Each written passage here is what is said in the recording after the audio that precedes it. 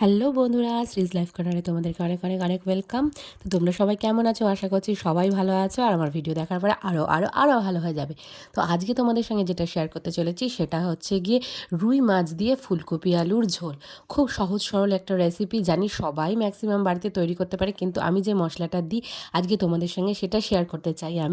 প্রথমে আমি মাছগুলোকে আলাদা করে ভেজে তুলে নিলাম। এরপরে কড়াইতে দিলাম হচ্ছে গিয়ে সাদা জিরে ফোড়ন আর একটা তেজপাতা।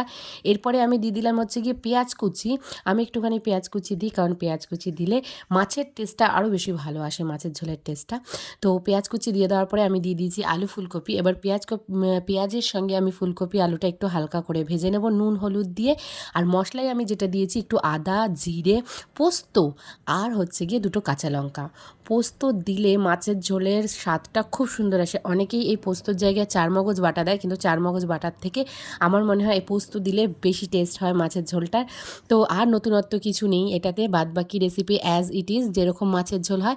এরপরে আমি একটুখানি হলুদ দিয়ে নিয়েছি আর দিয়ে নেবো একটুখানি লবণ, দিয়ে মশলাটা দিয়ে ভালো করে এটাকে ঢেকে ঢেকে কষাবো, যাতে প্রত্যেকটা মশলা প্রত্যেকটা আলু ফুলকপির মধ্যে ঢুকে যায়। এরপরে আমি এটাকে ঢাকা দিয়ে নেব। ঢাকা দিয়ে কষালে তাহলে হচ্ছে গিয়ে মশলাটা ভালোভাবে কষবে, আর হচ্ছে গিয়ে আলু ফুলকপিগুলো মশলার সাথে সাথে রান্না হয়ে যাবে, বেশি জল দিয়ে ফোটাতে হবে না। এরপরে আমি দিয়ে দেবো সব মাছগুলো দিয়ে দেওয়ার পরে আমি দিয়ে দেবো 1 কাপ জল দিয়ে আমি গরম মশলা দিয়ে আমি মাছের ইয়েটা হালকা করে ঢাকা দিয়ে দেবো। মাছ ফুটে এলেই তারপরে আমরা এটা নামিয়ে নেব। রান্না হয়ে যাওয়ার পরে দেখো এটা কত সুন্দর দেখতে লাগছে। যদিও বা খাওয়ার ভিডিওটা নেই, কিন্তু খেতে হয়েছিল অপূর্ব। আর আজকের ভিডিওটা এই পর্যন্তই, tata. Watching, subscribe and push the bell icon. Tata.